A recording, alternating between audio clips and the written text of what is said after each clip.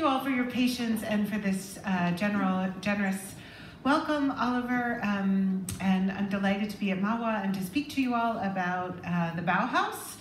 Indeed, it turned 100 last year, 101 this year. Hopefully a lot of you have gotten to see the exhibition at the University of Manitoba Art Gallery that I got to see today, but it's really extraordinary. So go and bring some time. And I think I learned a massive amount about how Canada and Canadians interfaced with the post-Bauhaus modernism that was happening globally, but had really important specific manifestations here. So thanks to Oliver for doing that. And if you've gone once, go again.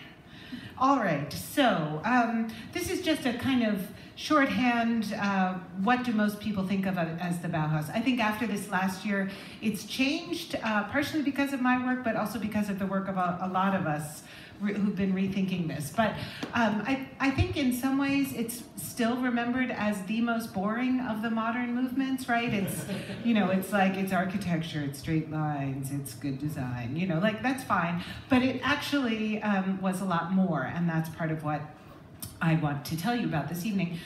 So on the top left, this is the purpose-built school, the second iteration of the school in the city of Dessau that opened late in 1926, designed by architect Walter Gropius, who's the founder and first director of the school. So he's there from 1919 when it first opens in Weimar, stays with it through Dessau, and then leaves it supposedly on a good footing in 1928.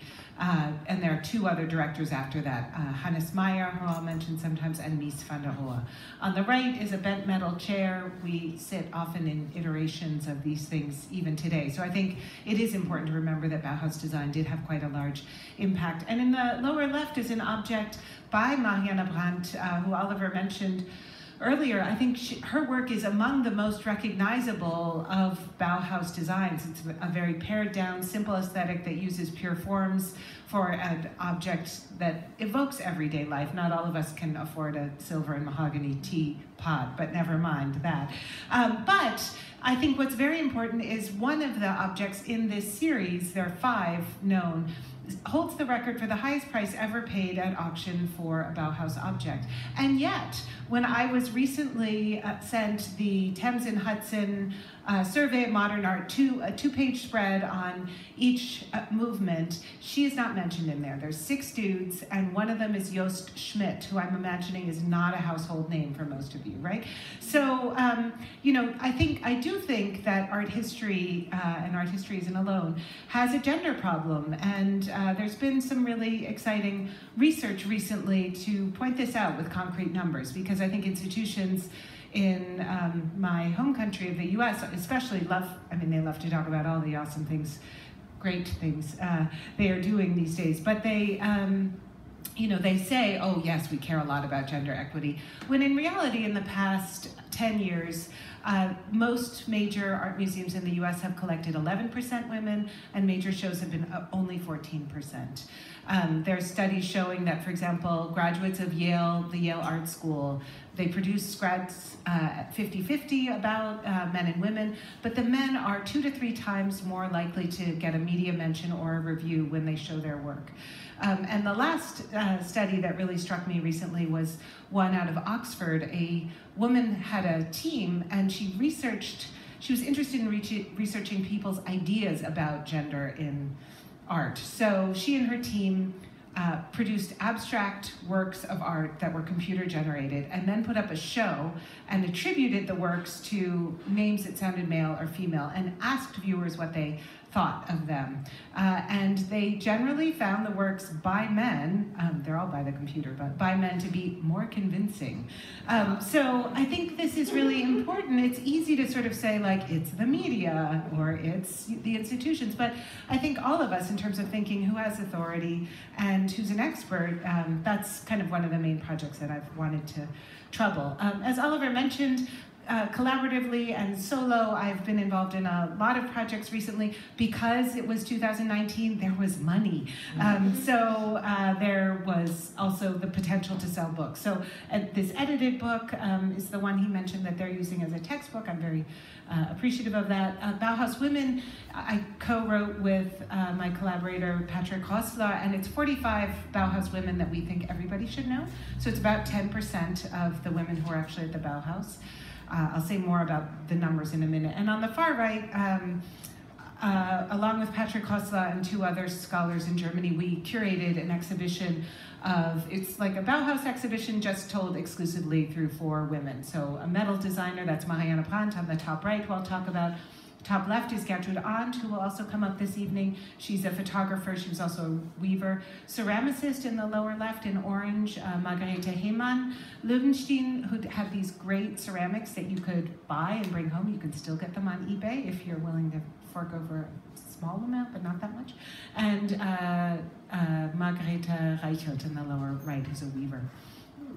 So this is, I think, in that edited book that I co-edited, the most important picture, and I am not responsible for it, but I have drawn a lot of knowledge from it. It's, you know, it's not that pretty, but it's important because studies of feminist studies of the Bauhaus had often expressed frustration or taken up Bauhaus women's frustration that they were under a lot of pressure to go into the weaving workshop. And the shorthand for this became, and they all got forced into the weaving workshop. A lot of them got forced into the weaving workshop, but it's actually 128 of 400 some odd. And we can see that women were in every single program and workshop in the Bauhaus. So that's really important too, that there was not gender parity. Women had a harder time getting into the school. This was secret because it wasn't legal, but it's come out in the records now. But they had amazing women there, and they thrived to a good degree in the institution. So what I'll talk about tonight in particular are 2 aspects of Haunted Bauhaus.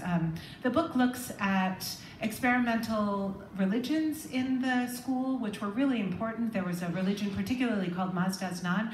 I saw, interestingly, recently that there is a branch of Mazdaznan in Canada. I don't remember where it is, but you can look on the Google. It's an interesting kind of new agey kind of hybrid religion.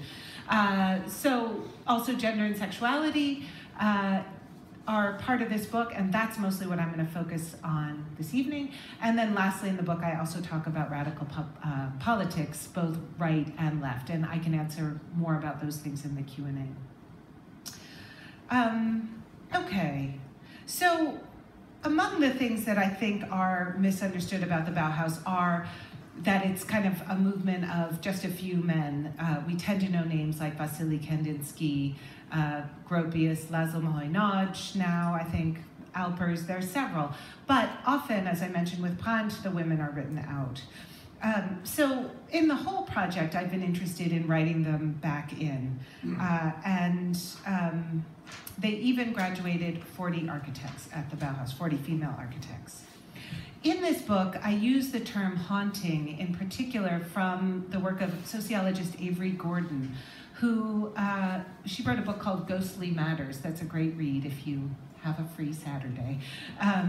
And what she does with the idea of haunting is to say that in her discipline, as in many histories or disciplines, there are figures that are kind of pushed to the margins, but they still seem to hang out there and kind of lurk in the corner of the eye, maybe. And Avery Gordon wrote that that there are in these histories, what she says is, quote, people who are meant to be invisible yet show up without any sign of leaving.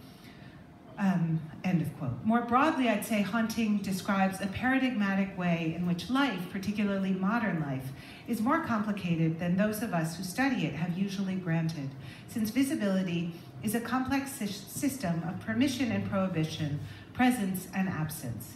So broadening out this Bauhaus and focusing more on the 1,253 members of the school, Bauhäusler they were called, right? That means either a master or a student, anyone associated with the Bauhaus. broadening that out, I think, allows us to get a very different story about what the movement was, what its stakes were, and what its legacies are for today. So that's what I'm going to go on and talk about. First, I'll talk very briefly about Bauhaus masculinities, then a certain kind of feminine type that I think is developed particularly by the women in the school, and then talk about a queer Bauhaus in particular. Okay, so there's László Moholy-Nagy on the left in a photograph by his wife, Liza Muller, who was kind of an unofficial and unpaid photographer of the Bauhaus. She photographed a lot of products, and she collaborated with him also on his theoretical writings about photography and new media. So this photo that they engineered together is one he used a lot as kind of his headshot, you know, just taking out the upper part, the portrait part of it. But you can see he's probably standing against a door. You know, it's like they're two relatively young people. He's just become a professor and he's trying to get a decent portrait of himself. But he used this a lot. He's wearing these kind of coveralls that make him a new kind of artist that he's interested in developing, which I call the artist engineer. So he is combining, you know, the creativity of the artist with the skilled eye of someone who, you know, knows how to operate modern technologies. In fact, in World War I, his job was reconnaissance and using a lot of visual technologies to help guide the troop of which he was a member. So he's someone who's interested not in making pictures that could be sold, you know, paintings that could be bought and sold by the wealthy, but creating things that will serve this new society after World War I that they're all interested in kind of rebuilding.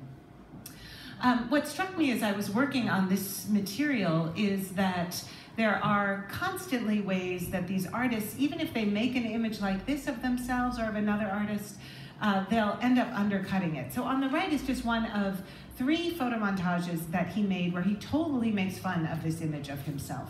So this one on the right is called Jealousy, and you can see his figure 3 times. Once he's a negative, and the white one here on this one right here.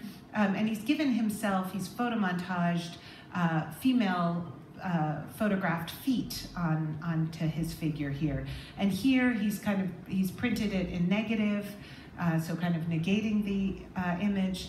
And then here, this is an ink wash where the same figure appears as this kind of totally creepy lurking figure, you know, menacing this young woman who goes by unaware of him, and he calls it Jealousy. And of course, then there's this sharpshooter who's piercing the heart. So I think he shows himself here not at all as a high-tech, super futuristic new kind of artist, but as this kind of, you know, more of a kind of loser, like this is a kind of loser art that he's creating. And in fact, one of the images in this he called Der Trottel, which I translate as the chump, you know, and so he's always making fun of himself in the same way. The same is true of some images of Walter Gropius that a lot of the male students made of him playfully. And I think it's important to remember that parallel to the Weimar Republic, which exists the same years as the Bauhaus does, 1919 to 1933, is the rise of the Nazi Party. It's founded in 1920, and it's growing in popularity. It's occasionally winning even a bit of a majority, say, in some regions of Germany, and causing a lot of trouble. And their ideal of masculinity is, of course, something very different. So I think keeping this in mind, this is something later from the Nazi period, but this ideal of masculinity is always lurking in the background. The fact that these men were kind of always in a way taking care not to aggrandize themselves too much, I think is something very important about that. So there is a kind of Bauhaus masculinity, and I'd say it's both future-oriented and very technological, but also it has this kind of shadow lurking masculinity next to it. Okay, I'll talk more about femininity now. I call this chapter Bauhaus Femininities in Transformation.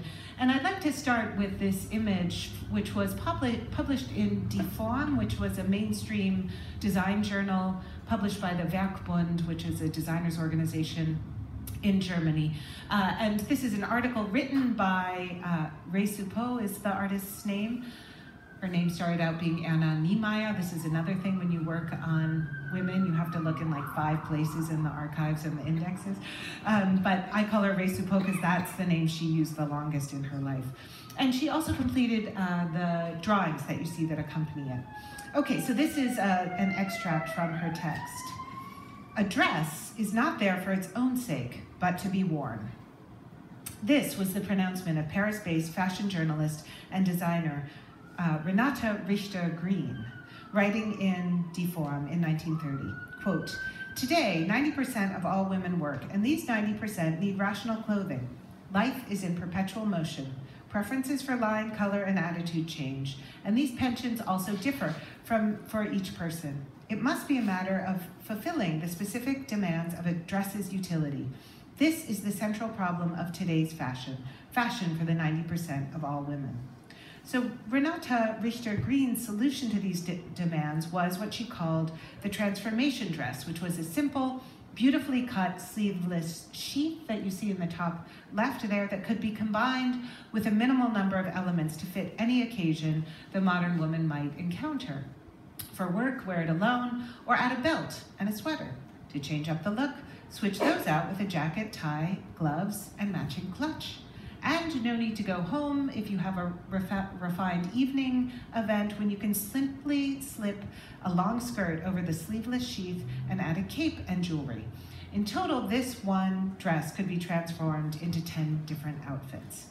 So this is what she ended up designing when she was a fashion designer in Paris, and she sold these for an affordable price. She was a pioneer of culottes, I believe. Do you also call them? Yeah, the split skirt. So one of these transformation dresses with the culottes was kind of a weekender where you could just go right from work and go away for the weekend with like a little bag with maybe, you know, a chain, one little sweater to put on or something like that.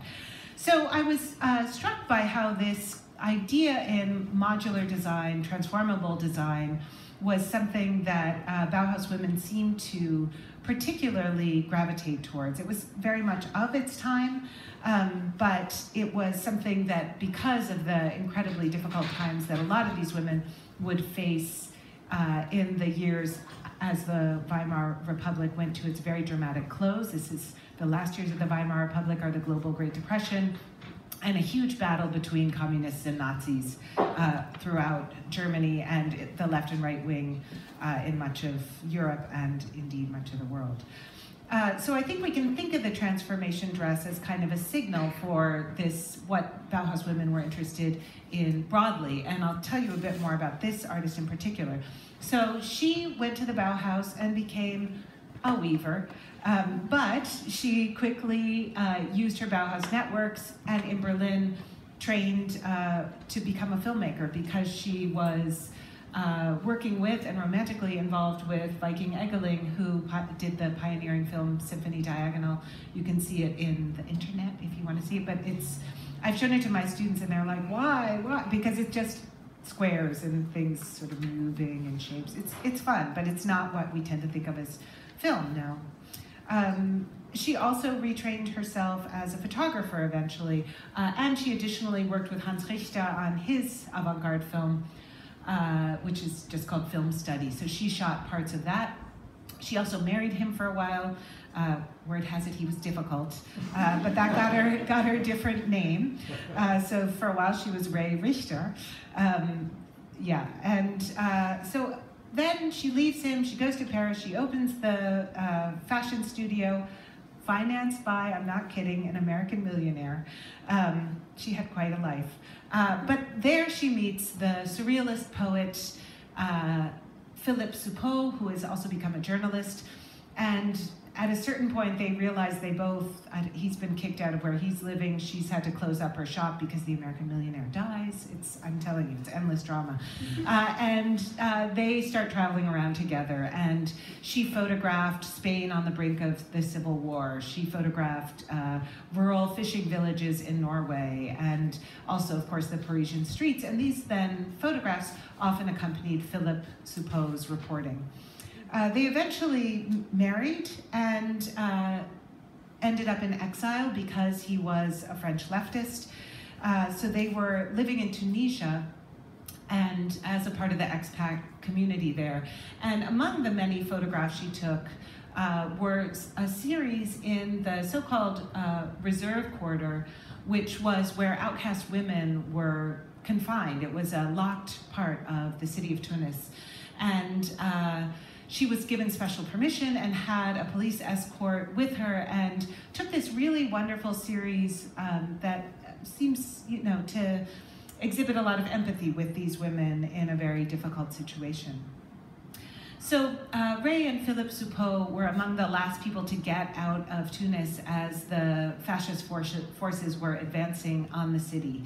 And they had to leave everything behind, including all of her negatives, there were thousands of them, and her camera, because she would have been shot on sight if she had had a camera with her if they were caught by fascist forces. So after that, for several years, they make it to Algeria. They are traveling through North and South America, trying to set up an alternative media network for the French resistance. And she has no camera. But she manages to take this self-portrait, and I'll explain this to you, because at first it looks a bit like she's aiming a gun at you. In fact, what this is she is at a kind of county fair in Buenos Aires. And the game was, you have this pistol, I believe it's an air gun, and if you hit a bullseye, your prize is a camera takes your portrait. So she's managed in this moment to make a self-portrait where she's this kind of armed and dangerous looking woman. And if any of you are photo fans, in the background with her are Giselle Freund and another expat playwright. So it was kind of this whole circle of expats there. Okay, so yeah, she eventually got her camera back and got a lot of her negatives back. So I want to turn now, I'll say in each of these cases, so here I'm going to talk about 4 artists when I discuss Bauhaus women, and then 4 artists in relation to queer, thinking about a queer Bauhaus. So now I want to move on to Friedel Dicker and just say a bit about her. She was a really talented Bauhaus artist who was there during the early years, quite involved in the religion of Mazdaznan and living a vegetarian life and wearing sort of a hand-woven shift as one did then. But she went on to become a designer in Vienna with Franz Singer, who was also a Bauhaus graduate. And well before Lego was designed in the 1950s, they came up with a modular toy set for children. They also were really interested in modular interior design. So this is a space that they designed for a wealthy patron for a guest room that was kind of a building with 2 individual guest suites. And so by day, you can see in the top, it was kind of a reception, hangout area, and by night you could turn the seats up in the corner here. These turned into beds, of course, but the stairs also importantly retracted, and you had a full made-up bed out there for you. In the early mid-30s, Friedel Dicker became more involved with the Montessori movement, which in Vienna was heavily aligned with communism, and she became radicalized and joined the communist movement and decided she didn't want to design anymore because she wanted to be an activist full-time. So she made a bunch of photo montages that I think are a lot like John Hartfield's work, if you happen to know it, but they're activist montages that are cutting and pasting images from the mainstream press and creating direct political critique with them. So this one in particular is decrying the fact that the Austrian state seems to have no end of money for creating weapons and building up troops of soldiers, while meanwhile a worker, you can see a male kind of hulking worker figure, can't afford to feed his child because there's no concern for the poor. And she created a lot of images like this. She was arrested for her activism in 1935 and imprisoned, and eventually when she got out, she was accused of forging documents. And because she was a multi-talented artist who could do anything, I'm pretty sure she did it, right? It was to help people escape who were being politically persecuted. And it was actually her friend Franz Singer who was asked to come in and vouch for her, and they said, you know, she seems to have forged these documents, and he said, Frida, she can't draw a straight line, and she got out. It's a good story. The reason this photograph looks so weird is that she had to destroy all of her work before she left, because anyone who would have been found in possession of this would have had a hard time. So she destroyed them, but before she did, she took photographs of them because she knew how to do that too, and those have survived. So that's how we know about this work. She moved to Prague initially, and eventually she was Jewish, together with her husband, whose name was Brandeis, so she's also called Friedel Dicker Brandeis.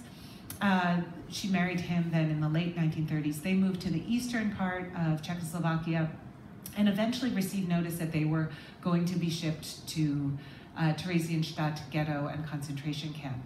And interestingly, her friends remembered later that she had no thought of trying to escape, which would have been difficult anyway, but really threw herself into the work of gathering materials and was thinking about the children there. She'd already been teaching children, dealing with refugees. When she was in Vienna, there were refugees coming in from Germany, fleeing Nazism before Austria was annexed. And she was really interested saw herself called to teach these children. So they dyed all of their sheets dark green so that they could make stage sets and have the kids be a forest, and gathered paper and pencils, which were in very short supply.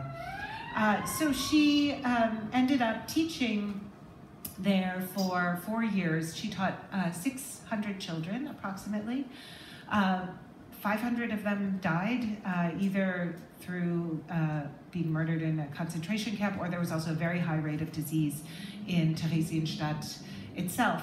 But 100 of them survived, and 2 of them came to the US, and one was the founder of the art therapy movement, art therapy program at New York University, and another became a child psychologist. And there's actually very moving footage of the 2 of them meeting when they're old women, and they started kind of, one of them starts and the other, they start singing and doing these rhythmic drawings together, these gestures, which gave a bit of a sense of what she tended to do. But it seems that she really was interested in using this as a kind of art therapy before that term or that idea in particular existed.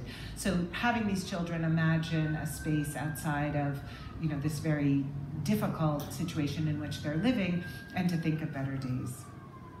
So with her, I would say, we can see her transforming herself as an artist. She's interested in transformable architectural spaces, but she ends up continuously changing and repurposing her art to serve a bunch of different ends. And she's also a clear case where if we put the women back in, what the movement means is totally different. Okay, I want to talk briefly about Marianne Brand. I'll just talk a bit about 2 photographers. So Marianne Brand, you've seen her teapot and tea extract pot. It's actually about this big. She was a designer who originally was a painter and found out about the Bauhaus and burned her paintings. She made photo montages when she was there, but what she's really known for is this metalwork. She went into the metal design workshop, which was incredibly male-dominated, and she was given all kinds of very, very boring work to do, and only later, once she persevered, did her male colleagues say to her, actually, we were trying to get you to quit, which she didn't do, and she made great designs, but she also took this series of photographs where she's kind of imaging herself as another kind of artist constructor, akin to the image that I showed you earlier with Moholy-Nagy, where he's making himself into this artist engineer type. So here I think you can see her paired with her camera. It's a kind of camera that didn't have a viewfinder on the back anyway, but you can get a sense that she's just kind of aiming it by looking at it in the mirrored surface of, you can kind of imagine it's like a Christmas tree ornament ball. So it's a reflective ball here that actually bends Gropius's Bauhaus architecture around her. In one of these series, uncharacteristically, she shows herself as this kind of Bauhaus Babe is the phrase that always comes to mind for me, where she's wearing a fancy dress, she's wearing makeup, she's hiked up her skirt, and she's in a fairly conventional pose. for a Bauhaus woman, certainly. But it looks a lot like a lot of Venuses in art history, for example. But next to her, she's placed an issue of the Bauhaus Journal. And in this issue is the one essay that she published at the time, in which she actually defends herself and her workshop, because by this point she's actually become the leader of the metal workshop, against a charge that they are making a style. Now that might not seem like a horrible thing to you, but in the Bauhaus, to be making a style was not the thing to be doing. They liked to believe that they were working scientifically and that a teapot should look a certain way so that it wouldn't drip when you pour from it, for example. And that lighting design, of which they did quite a lot, should be highly functional. It should not, for example, imitate a candelabra. So in this journal, she said, Bauhaus style, question mark, exclamation point, and it's a whole piece about we are not making a style. So embedded next to this hyper-feminine, gosh, it's really crazy in this town, I have to say. Yeah, right, I guess. I didn't do it. So next to this very hyper-feminine image, reflected in this metal ball, right, which is the medium that she works in, she's showing herself also as an intellectual and a designer.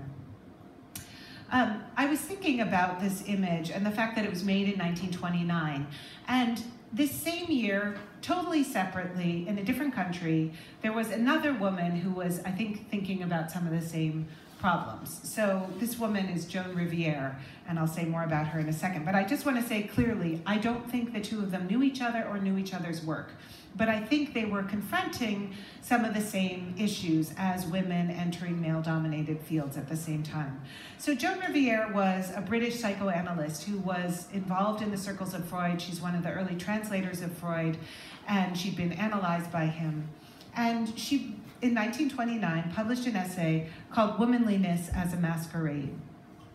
And what she was noticing is that in her own professional context, there were certain female colleagues that she had who were really good at their jobs.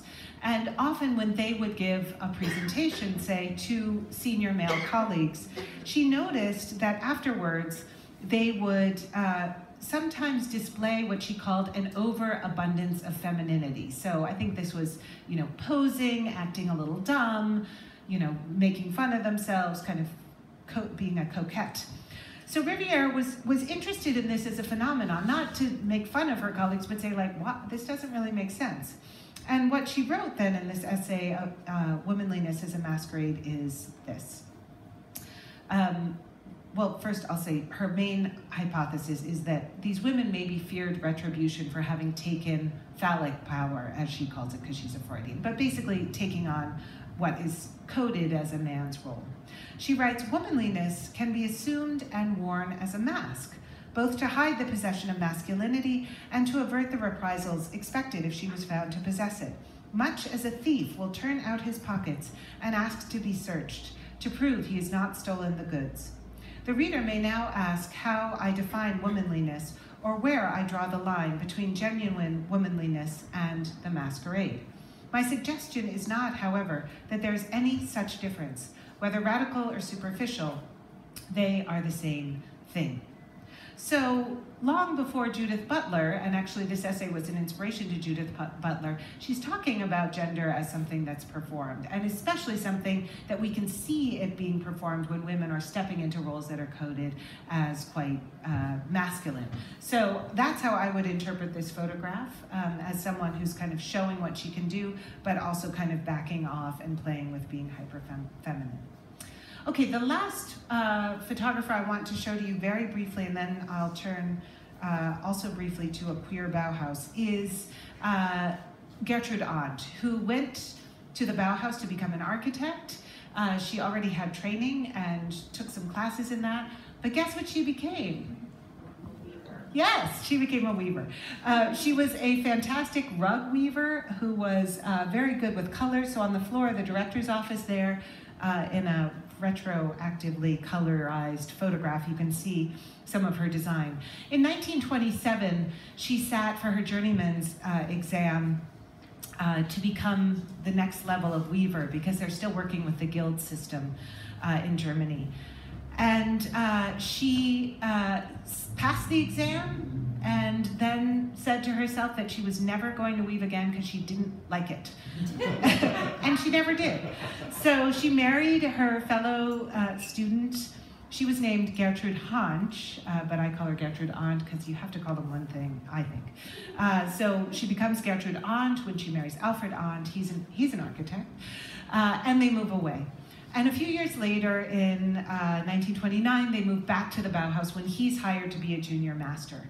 And Gertrude Odd could easily have returned to the weaving workshop. It was very collaborative, a very easy place to move in and out of, and they could have used her skills. But she decided not to. She decided to stay home in her Bauhaus master's house that she was in with her husband, and out of what she said was pure boredom, and considering herself, again, this is a quote, a do-nothing, Nichtstuerin, she decided to take some photographs.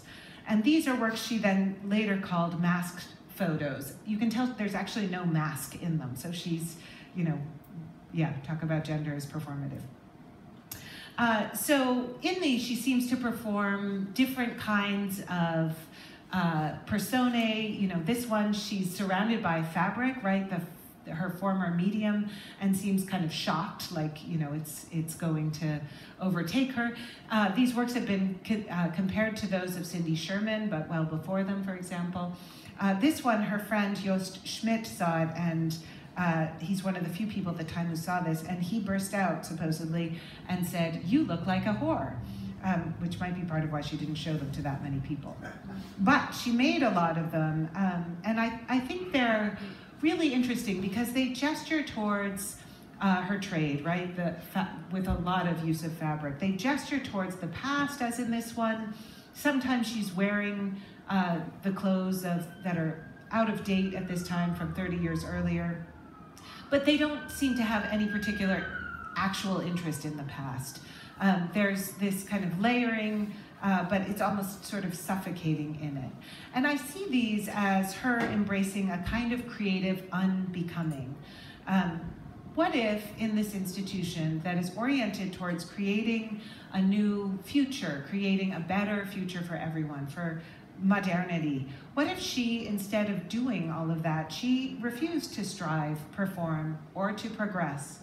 As a member of this movement that prized quality, simplicity, and the eradication of all unnecessary ornamentation, what if she became nothing but ornament?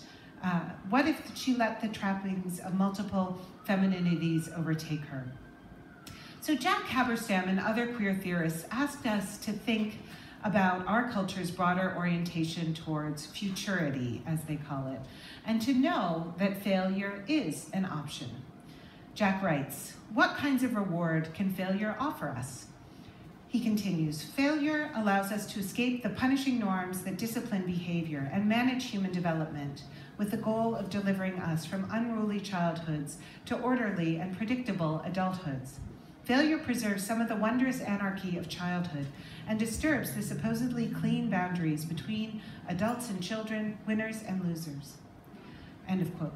In Odd's case, these pictures allow her to transition from a forceful, emancipated Bauhäuslerin that she was from an early age, a woman who came to the Bauhaus to study architecture and had the skills and talent to do it, to a master's wife. And by the time she concluded this series in 1931, a mother.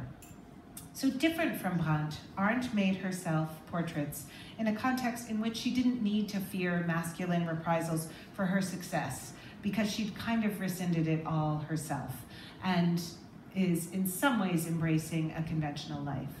I'll say as an aside, I'm pretty sure that she did work as an architect because her husband's office was awfully productive, but officially she was not. Okay, I just want to talk for a bit now about this idea of a queer Bauhaus and how I see it playing out in the school, and I want to leave a bit of time as well for questions. So this, I'd say, is the most speculative of my work because there's been so much erasure in the meantime. So I would start with an image like this by Heinz Loh, a double portrait that he's taken with another Bauhaus member called Hermann Trinkhaus. Like the photographs I've been showing you, this is also shot inside the Bauhaus. So the Arndt portraits are shot in a master's house. Marianne Brandt shot hers also in her Bauhaus studio. And technically, it's a double exposed portrait, which is sometimes a technique used at the time for spirit photography. But in this, I think it creates a kind of presence and absence that allows this closeness and interwovenness of the gazes and perhaps hands of these two men, even their clothing to a certain extent. It allows that to exist while also containing it, because this exposure, especially on the left here, places the figure of Heinz Loh in a glass cylinder. So it contains him to a certain extent. And I think this is kind of a signal image by artists where we know nothing about their sexuality. It has not survived in the archive. For thinking about how we have to kind of keep a sharp eye out, put on our gaydar, as it were, and think more openly about the fact that this was an experimental art school that drew all kinds of people who were looking to reinvent life, and that queerness was a part of that.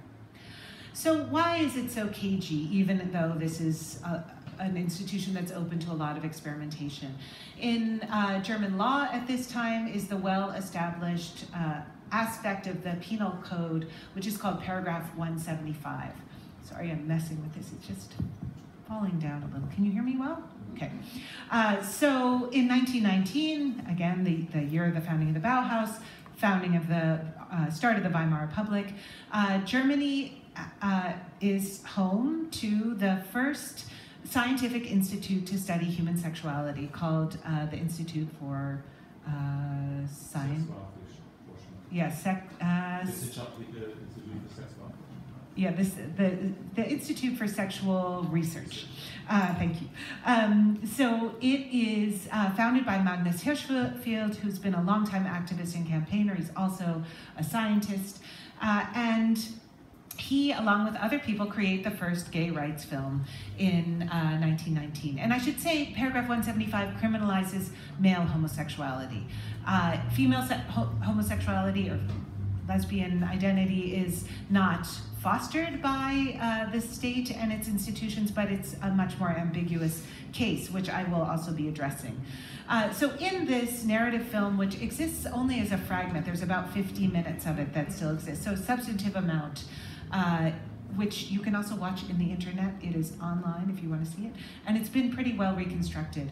The well-known actor Konrad Veidt, who also this same year starred in The Cabinet of Dr. Caligari, if anyone's seen that, he plays the sleepwalker. He plays a gifted musician who falls in love with another young man and eventually commits suicide. And this is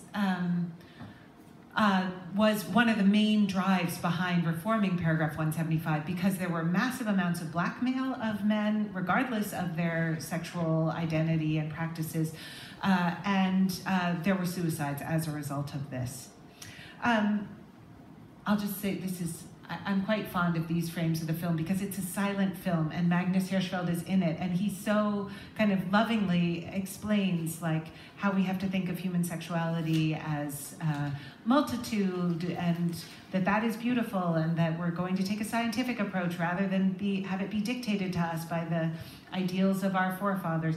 But it's silent, so he's just going these long paragraphs, and then you'll see in the titles in between that he's actually giving you more information. So there were, even though there were these, there was paragraph 175, there was quite an active queer culture in Berlin at the same time. And this is the Women's Club Violetta featuring a cream puff eating contest here. So what I want to, when we go back to the Bauhaus, to push is the idea that code is very important. Jonathan Katz, who's my colleague at Buffalo, has done great work in thinking about queer coding and how in systems where queer desire is not recognized, that visual cultures ability to signify multiple things at once allows for a discussion and for recognition and for love and community to thrive even under pressure. So I was able to identify what I believe is a kind of a small, it's almost like a cell, a queer cell in the Bauhaus. But it's several gay and lesbian Bauhaus members who met each other through the institution. Not all of them were there at the same time, and they forged very close friendships. And as with, I mentioned this with Ray Soupeau, once you were at the Bauhaus, you were in these Bauhaus networks, and you considered yourself a Bauhaus member kind of for forever. And one of these is the circle around Max Pfeiffer-Wattenpohl and Florence Henry. So Max Pfeiffer-Wattenpohl mostly is known for his paintings. I don't have an example here. I'm not overly fond of them, and I don't think it's actually his most interesting work. But you can Google him if you want to see more.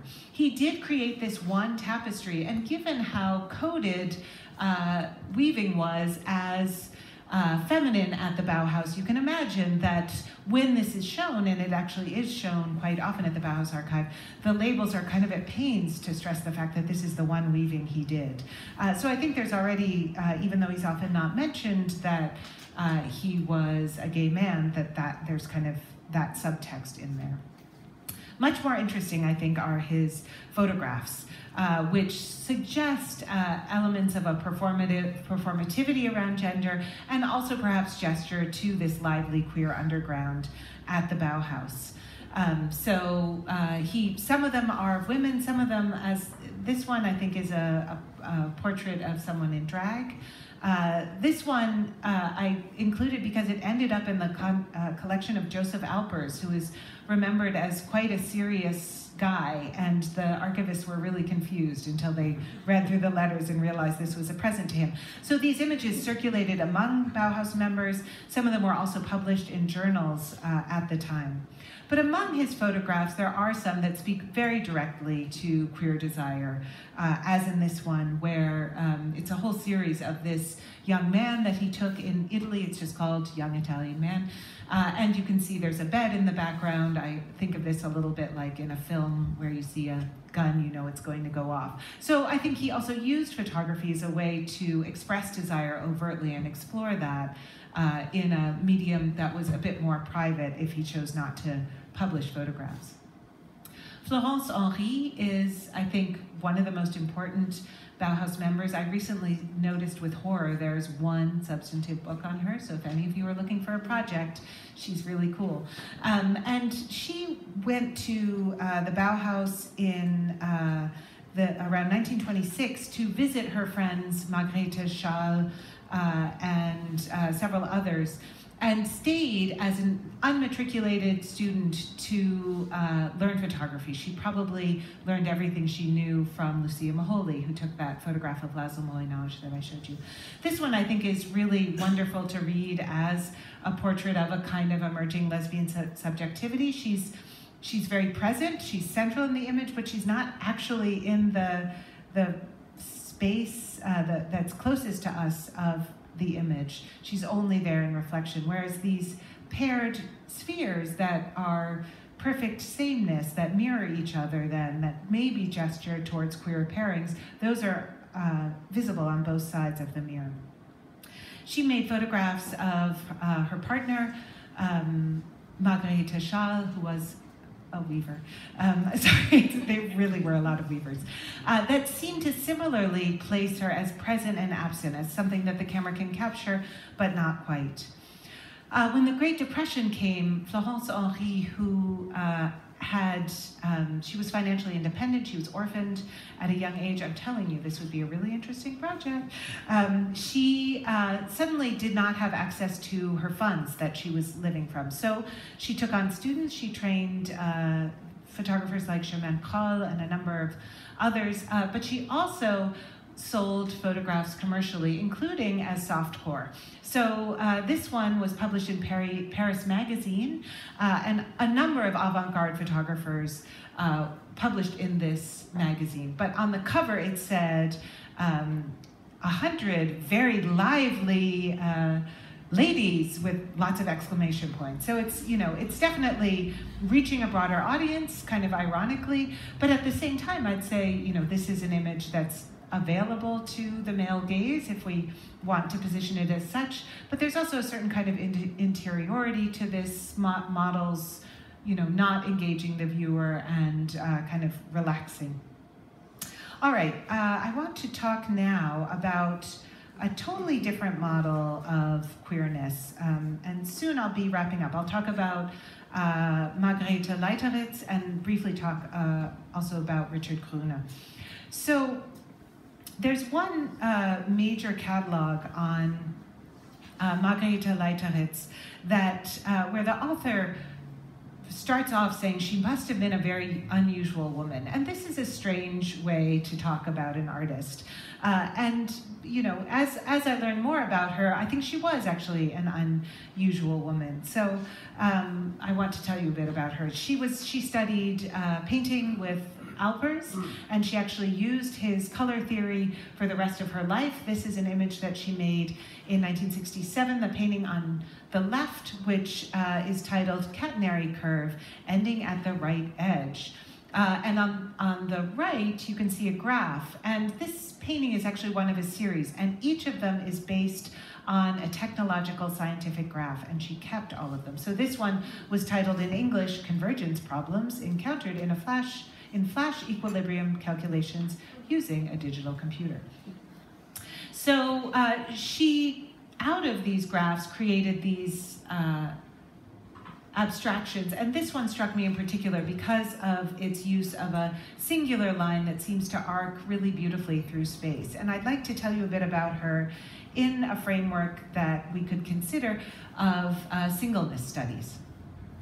So Margarete Leiteritz at the Bauhaus was one of the pioneers of their wallpaper, which was a product that kept the school afloat through the Great Depression because it did so well successfully. She designed a lot of these wallpapers, and then she also was in charge of manufacturing. But in her work, the more I could gather of it, and the oof is quite fragmented, she was doing stuff like this. She did a booklet called Psyche, or Amor and Psyche, which some of you might remember. Okay, this is not a Bauhaus image. This is what Psyche and Amor tend to look like. Star-crossed lovers who long for each other and are condemned by the gods to always be kind of apart. In Leiteritz's rendering, there mostly are no male figures at all. There are women seeming to kind of two goddesses kind of cuddling next to each other, looking towards Psyche, or indeed Psyche herself diving off alone to an unknown future. The more I looked at her work, the more I suspected from the bits she said about herself that she likely had a female partner, and because she was working then after the Bauhaus most of her life as an archivist, that she decided to not reveal this to history. She left specific documents and left a lot of blanks in her life. But then I also read a letter that she wrote when she was applying for a job, for a new archivist position right after World War II, where she said, "I am single and unencumbered of any attachments, and I would be very pleased to move to Karlsruhe for this job." And I thought maybe in a way I should also take her at her words. So the scholar Andrea Williams is one that I was reading, but there is this field of singleness studies that says perhaps we should not look to coupling as the way that we define someone's life and their identity, and that there are many people who choose to live single lives, and we might then consider them as singletons. So I think of her as a queer singleton with an admission that we're never going to know what her personal life was, and that's okay. She made really interesting art, including this. This is the last series I'll show you, which she labeled as the story of the 6 women from the 1001 Nights. And I was thinking about this, and I was trying to remember what the story of the 6 women in the 1001 Nights are. And I don't know every one of them, but I actually had recently been reading the 1001 Nights, and I could not remember that one. It turns out it doesn't exist. There is the story of the man from Yemen and his 6 slave girls, which talks about the delightful enchantments of these women as they perform for male audiences, for him or for somewhere where he's a guest. That they are beautiful, and he describes their beauty, that they appear different from each other. These are women from around the world, that they play different instruments, and that they're so enchanting that neither of the men who's then seen them perform can live without them. In her rendering of them, there's no men. There's just the 6 women, and they're paired together, I think, in sometimes sexually charged ways, but also just ambiguous ways. It's in black and white because it appeared in an exhibition catalog and was sold, and I don't know where it is. So that's as much as we have. All right, the final artist I'll talk about, and then we can do some questions if you'd like, is Richard Grüner. He was at the Bauhaus during the early years and was a student, like everyone during those early years, of someone who's been written out. Her name is Gertrude Grüner. She, like Johannes Itten, was in charge of the students' basic education. So Johannes Itten created the preliminary course. This is the signature class of the Bauhaus that's kind of gone into global art education, where students are taught to be thinkers who will use diverse media rather than to be artists who are trained only in one technique. So Gertrude Grüner was in charge of helping the students to learn spiritual harmonization. I can talk to you more about that later if you'd like. And she also had the task of assessing whether or not they were ready to leave the preliminary course and go on to workshop specialization. In the case of Richard Grüner, what her report was to the masters was that he seemed like he was on the verge of discovering something about himself, and when he did, that maybe he would be a little bit more free as an artist. We will never know exactly what she meant by that, but to me it sounds like he may have been struggling with coming out, because indeed what I can find of him later in the records is that he was a socialist activist, a photographer working in advertising, and that he was gay. So this is one of the few bits of his work that survive. It's the cover of a book that commemorates a socialist children's camp that was run autonomously by the kids for a 7-week period in the summer. It was apparently awesome. In fact, these come up for sale. This book, this is actually my copy that I bought on 8 Books. Because a lot of these children, because they were from leftist families, went into exile, and they tended to bring this book with them because it meant so much to them. So the kids took photographs and they worked with grown-ups to actually make a book out of it, and it's called The Red Children's Republic. So the work that he did in print, in mass media, seems to have survived. In 1934, Richard Grüner had been working as a socialist and anti-Nazi activist. He was involved in producing a number of anti-fascist journals, and he was arrested, but it was not for that. He was arrested specifically under paragraph 175 for being gay. And he spent the rest of the Nazi period in a range of concentration camps. He survived. And from what we know, especially of gay and lesbian prisoners who survived, it was very, very difficult. Life was incredibly difficult. He was, at the end, on a death march and managed to escape from that, and that's how he lived. But because he had been arrested under paragraph 175, he was never compensated by the West German regime for what he suffered. I think, is the mic still on? Okay, good. And he had a difficult life for the rest of his days, and his history was not taken down by anyone. He died in the 1980s. But he did use his artwork as a way of commemorating his suffering and his experiences in a series of lithographs. So these were produced in editions, and one edition is in the Holocaust Museum in Washington, D.C. Many of the scenes are just of the barracks and the suffering. This is perhaps the most fraught of them. It's called rack, and a specialist told me that this was a particular mode of torture that was reserved for non-Jewish prisoners, usually this particular kind of flogging. But it also evokes scenes of a gang rape, which I think is also likely something that he may have endured. So he uses his skill as a graphic designer, as an artist, to picture these unspeakable difficulties that he went through that no one seemed to be coming to grips with. And at least in this form, the images circulated.